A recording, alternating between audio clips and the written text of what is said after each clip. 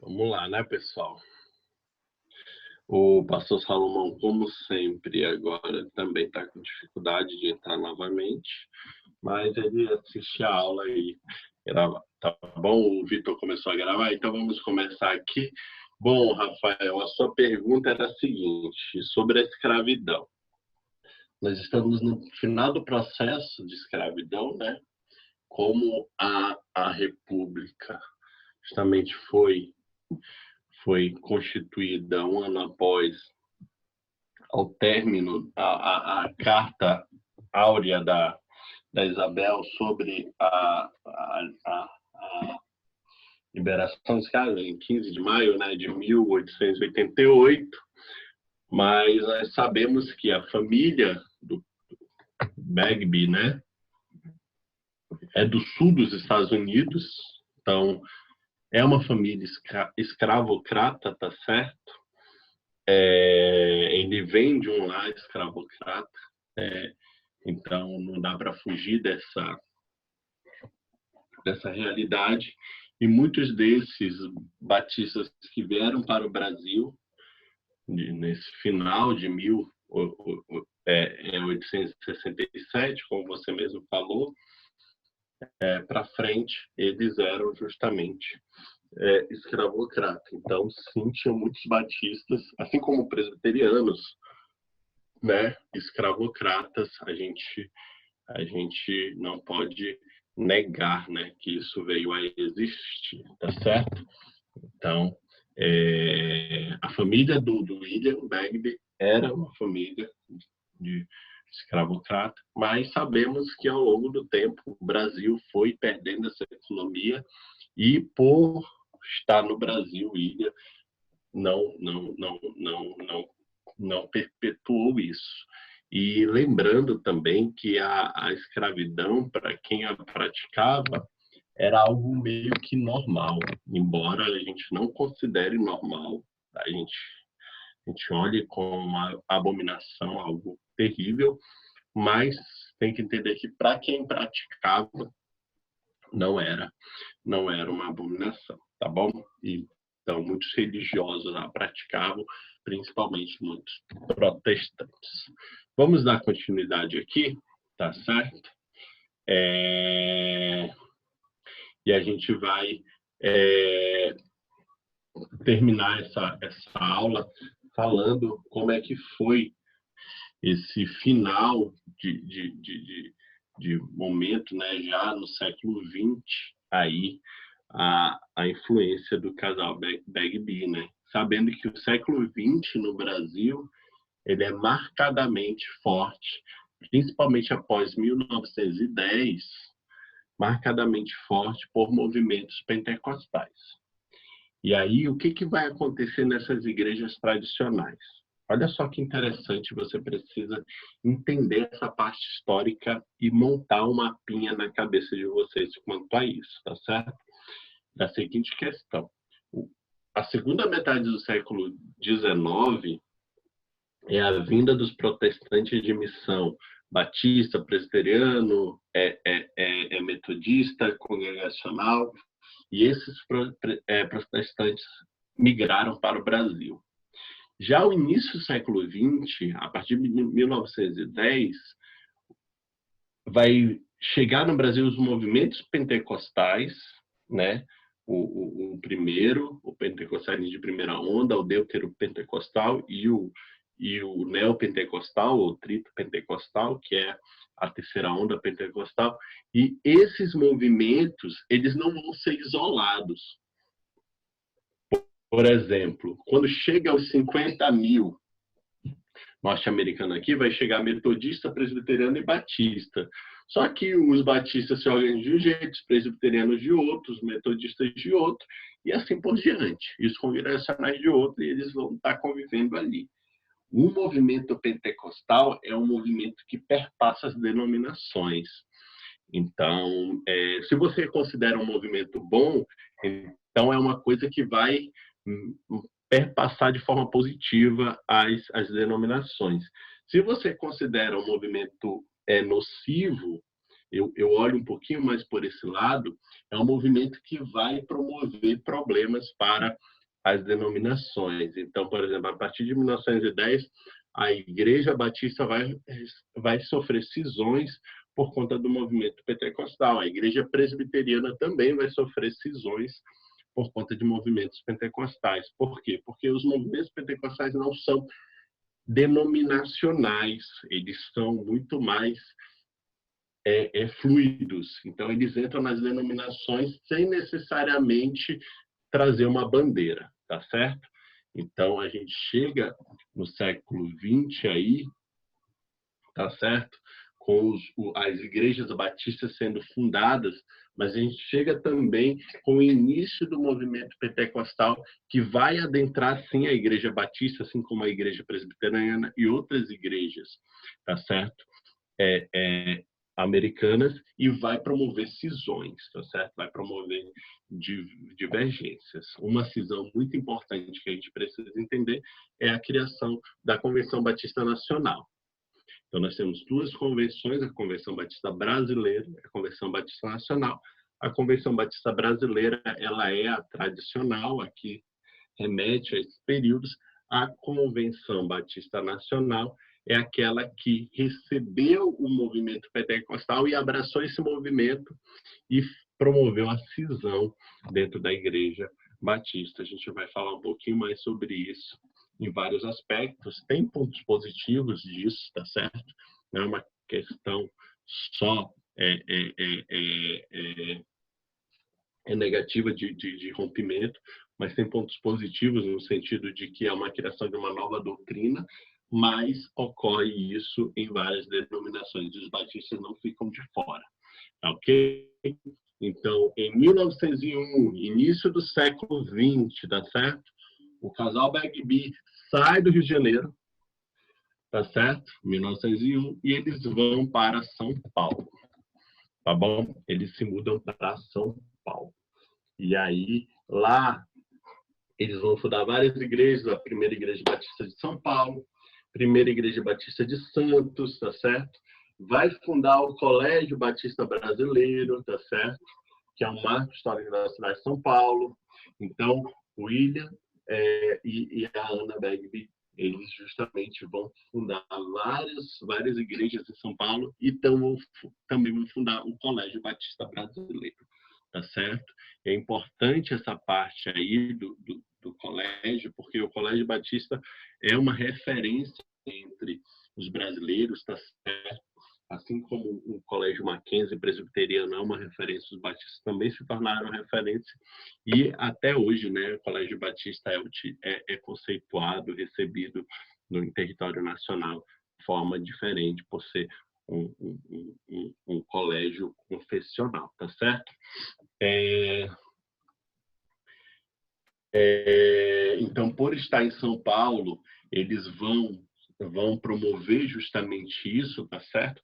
Todas essas fundações de igreja, Batista São Paulo, em Santos e do colégio, e também eles vão participar de uma questão muito importante, tá certo?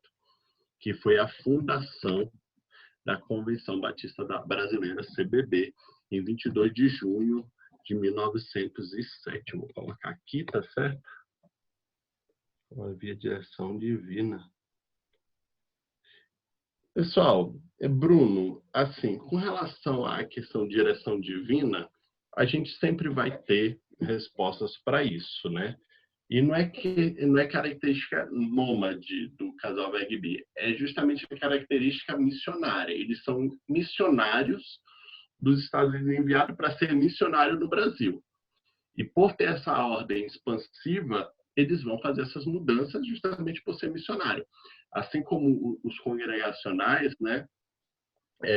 O casal Kelly se mudou bastante no Brasil e achou lar no Rio de Janeiro.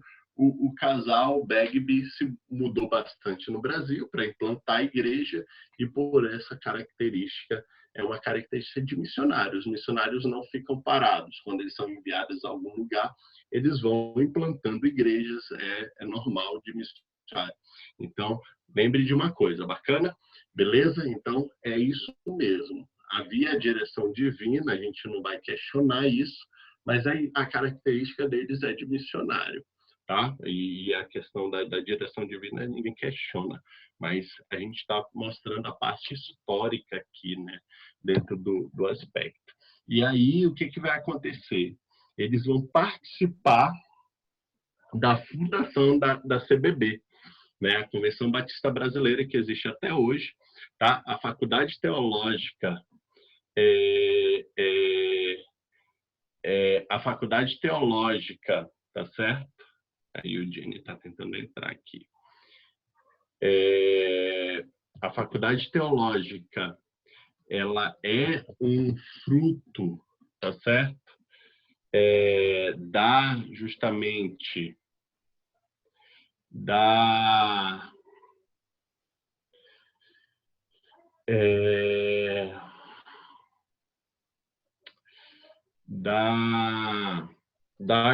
Convenção Batista Brasileira, tá certo? Por ser fruto da Convenção Batista Brasileira, a gente tem que entender que a Convenção Batista Brasileira foi fundada em 22 de junho de 1907, na cidade de Salvador da Bahia, e o casal Begbie, né, foi justamente essa participante dessa fundação, tá certo? Dentre esse Batista vieram para o Brasil porque havia no Brasil escravidão. Não, Marco Antônio, não dessa forma, tá certo?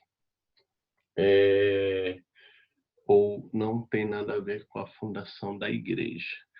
O William Carey. Não, William Carey tem a ver com os batistas, não necessariamente no Brasil, tá certo? Tá ok?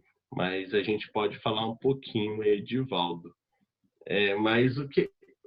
Vamos aqui. Os batistas não vieram por causa da escravidão. Eles vieram por causa da guerra civil que tinha a ver com a escravidão. É basicamente isso. Vamos pensar aqui, Marco Antônio. Os Estados Unidos é dividido em norte e sul. O norte é mais industrializado, o sul é mais sistema plantation, mais fazendona, entendeu? Mais fazendona. E por demandar muita mão de obra escravizada, era o lado dos Estados Unidos mais escravagista. E os Estados Unidos do Norte, por ser uma mão de obra mais industrializada, a indústria exige o trabalho assalariado, né? Que é justamente o proletário que trabalha dentro dessa questão. Então, a força do Norte com relação ao sul dos Estados Unidos fez com que muitas famílias e muitas pessoas fugissem dessa guerra. E a fuga dessa guerra foi dada para alguns países, dentre eles o Brasil. É óbvio que essa fuga não necessariamente está atrelada ao casal Begbie, mas as pessoas que acharam refúgio no Brasil, os batistas que acharam refúgio no Brasil, enviaram uma carta para as juntas de missões nos Estados Unidos, dos batistas, e solicitaram missionários. E vieram duas famílias missionárias, o casal Taylor e o casal Begbie, tá certo? Então, o que acontece? Essas pessoas que fugiram, é óbvio que elas eram escravagistas, porque o sistema nos Estados Unidos era, o sistema no Brasil era, e para eles era o normal, tá certo? Não fazia tanta diferença ser ou não ser, era um viés econômico em si, não era um olhar totalmente religioso. Então, o que acontece? Eles vieram no Brasil para fugir da morte, porque estava tendo uma guerra civil, né? Como se, por exemplo, no Brasil a gente tivesse em briga entre Nordeste e Sudeste, estava todo mundo se matando. Então, muitos do Nordeste e do Sudeste vão sair do país, vão para outro lugar e vão se refugiar em outros lugares. Isso é normal. E desse refúgio, esse grupo que tinha sistemas econômicos parecidos com o Brasil, nesse período ainda é escravocrata, eles vão convidar o casal Begbie para cá. A casal Begbie vem como missionários da junta, né, de missões. Então, eles não vêm nessa fuga inicial, eles vêm enviados como missionários. E aí eles abrem os trabalhos, tanto na Bahia, em Salvador, como eu falei, no Rio de Janeiro, em São Paulo e dentre outras coisas. Beleza? Tirou a dúvida? Bacana, ótimo, ótimo. Qualquer dúvida pode perguntar aqui. Às vezes eu demoro para processar a pergunta para entender o que vocês querem com a pergunta, mas deslancha, né? O professor é um pouco lerdo, mas dá certo, né? No final dá certo. Então, vamos lá. Dentro dessa questão, esse trabalho que eles dão justamente no Brasil faz com que eles desçam mais ao sul, tá certo? Eles não fiquem só em São Paulo. Depois do trabalho deles em São Paulo e de participar da fundação da Convenção Batista Brasileira, da CBB, eles descem um pouco mais e mudam para o Rio Grande do Sul, tá certo? E também fazem vários trabalhos de abertura de igrejas batistas no sul do Brasil, tá certo? E é o lugar onde justamente William Buck Bagby vai falecer. Ele falece aos 83 anos de idade, tá certo? A doença que foi diagnosticada foi pneumonia, por conta da idade, tá certo? E ele falece justamente em Porto Alegre, no sul, ok? No sul do Brasil. Eles tiveram 9 filhos no Brasil, né? No período do Brasil, eles viveram no Brasil como casal. Eu falei para vocês que ele foi ordenado pastor batista em 79, casou em 80, chegou no Brasil em 81, o casal viveu praticamente, né? Viveu praticamente no Brasil, tá certo? Ele justamente estava ali trabalhando no Brasil, no sul do país, tá certo? Eles viveram praticamente no Brasil, dentre outras coisas. O William Bagby, ele nasceu em 1855 e vai morrer em 1939, tá certo? E a esposa dele vai morrer justamente em 1942, tá bom? 1939 ele morre, em 1942 ela morre. Só que ela não morre em Porto Alegre, não morre no Rio Grande do Sul. Ela vai falecer de fato em Recife. Após a morte do William, a esposa, né, muda-se para Recife, para o Pernambuco, e vive o restante da vida dela até a morte, tá certo? Lá. Então é importante frisar isso. Então, as fundações das igrejas são importantes, tá certo? Como eu falei para vocês, os períodos e as fundações das igrejas, tanto na Bahia, como eu falei, no Rio de Janeiro, em São Paulo, dentre outras. Então, é bom vocês frisarem essas datas que eu passei para vocês, e principalmente a influência do casal Bagby no Brasil. Então, eles chegam em São Paulo e Santa Bárbara do Oeste, vão para a Bahia, descem para o Rio de Janeiro, vão para a capital de São Paulo, Santos, depois desce para o Rio Grande do Sul, e eles fazem esse trabalho de expansão do Ministério Batista no país. Ele também trabalha nas questões políticas, quando o Brasil vai se tornar, deixar de ser império e se torna república, dentre outras questões. Eu acredito que tenha sido claro. Agora eu vou abrir para a pergunta de vocês, e caso não tenha pergunta, já esteja tudo tranquilo, a gente encerra a nossa aula de hoje. O Vitor está gravando, né, a nossa aula, ele vai disponibilizar para vocês em alguma plataforma, tá certo? Tá bom? E aí, o Frank perguntou ano da morte, eu já falei, né? Então, eu acho que ele já foi respondido, né, Frank? Beleza, ótimo. Hamilton, eu, Jonas. Pode falar, Jonas, por favor. Eu perdi só um pouquinho aí das igrejas em São Paulo. Tá. Depois que eles descem do Rio de Janeiro, tá certo? Eles vão morar em São Paulo, como eu falei para vocês, tá certo? E a mudança para São Paulo faz eles abrirem 2 igrejas importantes. E o Colégio Batista Brasileiro, tá certo? Três pontos principais. A Igreja Batista São Paulo, a Igreja Batista de Santos e o Colégio Batista Brasileiro. E essas três instituições foram abertas a partir de 1901, o início do século XX, que eu falei para vocês, né? A mudança deles para São Paulo foi no início do século XX, tá certo? Início do século XX. Bacana, Jonas? Ok, grato. Nada, que isso. Alguém mais? E lembrando, né, pessoal, assim, a gente precisa entender a história dos batistas, por mais que muitos dos nossos alunos não sejam batistas, porque justamente a instituição é batista, né? Vocês entenderem como é que funciona a instituição, né? Nós, como batistas ali na Faculdade Teológica, e também entender que a nossa instituição ela é aberta ao pensamento das outras denominações também. Comumente,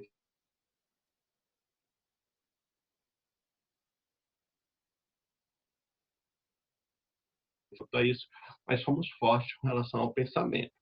E lembrando, quando você vê um batista, é muito interessante isso. Eu tive um aluno que entrou na faculdade teológica e ele tinha vindo do Rio de Janeiro e estava procurando uma igreja, estava frequentando uma igreja batista.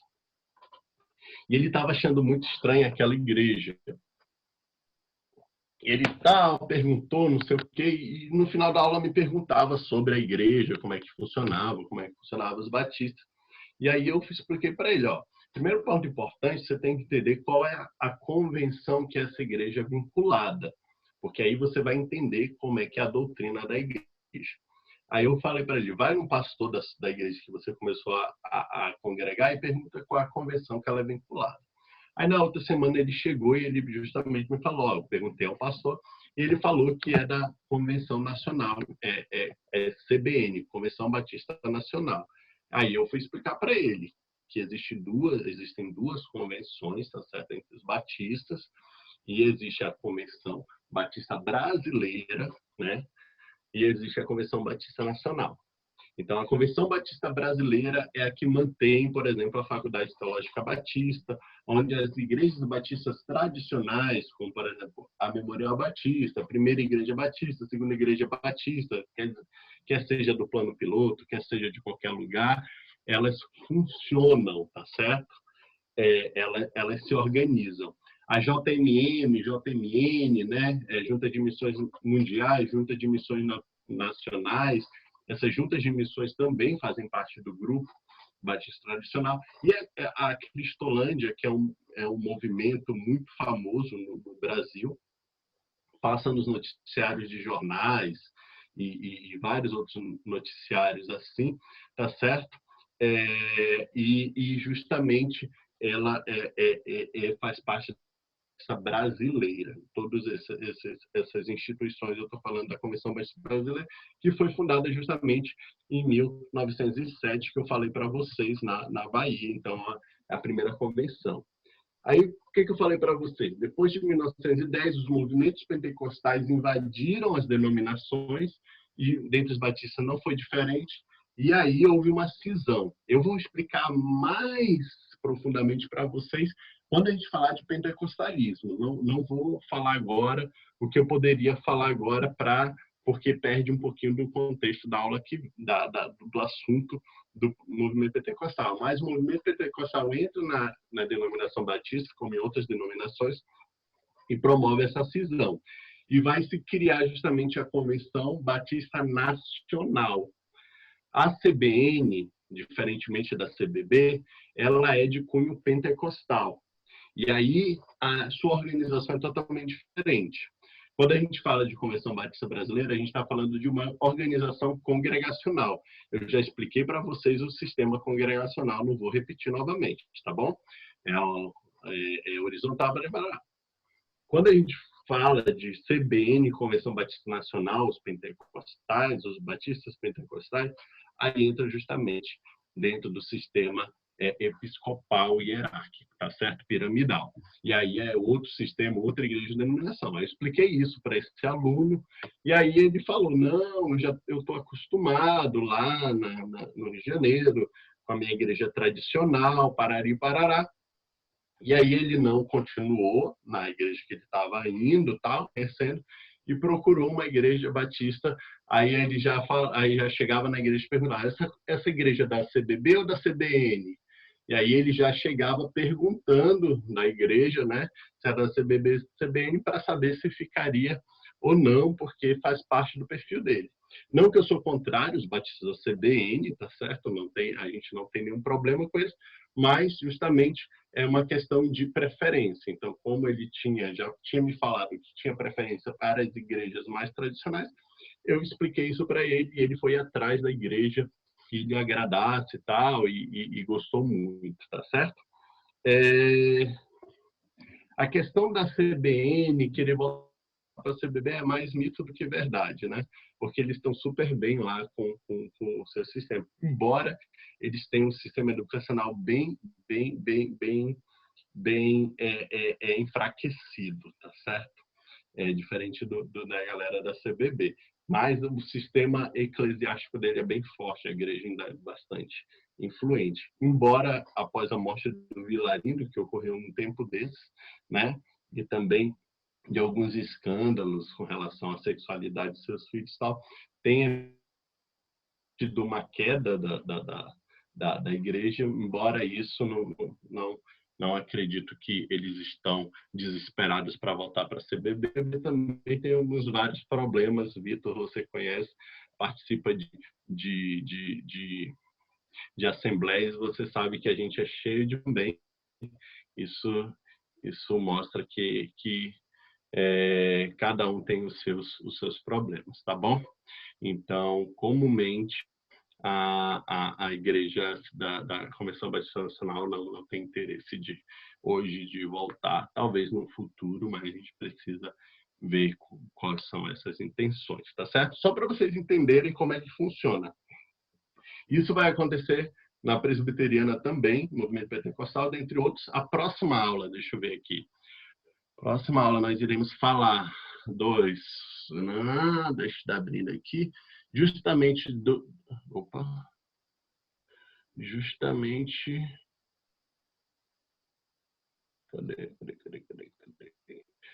justamente dos presbiterianos, tá certo?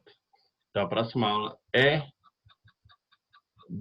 sobre os presbiterianos, então nós temos aqui alguns presbiterianos na nossa turma, eles vão dar a sorte de a gente falar deles, né? É um privilégio para eles a gente falar deles, né? Muita sorte, né? A gente vai tentar falar bem dos presbiterianos aqui, tá certo? Vai tentar isso.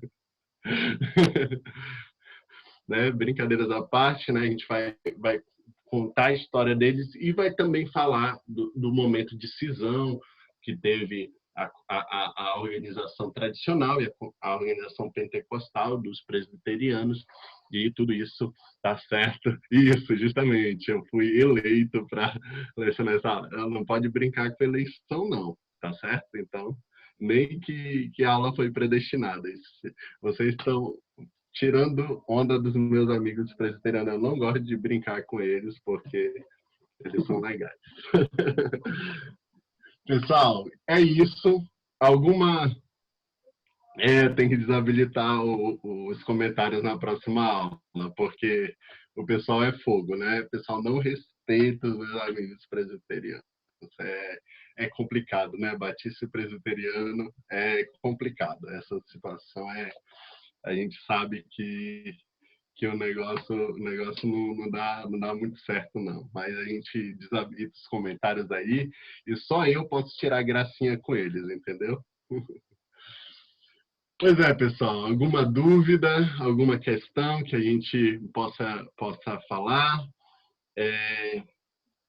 A aula foi justamente sobre os batistas. Próxima aula nós vamos focar no sistema dos presbiterianos. Eu espero que vocês tenham assimilado, que tenha sido uma aula boa.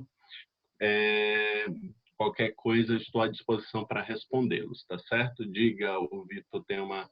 Tchau, Daire, até mais. Denominações aqui, né? As denominações são essas duas batistas, tá certo? Justamente o que eu falei para você, tá certo? A da convenção Os batistas era por imersão, tá certo? Batismo por imersão e batismo de adultos com confissão de fé. A doutrina batista ela é basicamente essa, né? Batizar adultos, quer dizer, o adolescente, a partir de 18 anos, a pessoa que tem a consciência, né? O batismo por imersão e a confissão de fé, tá certo?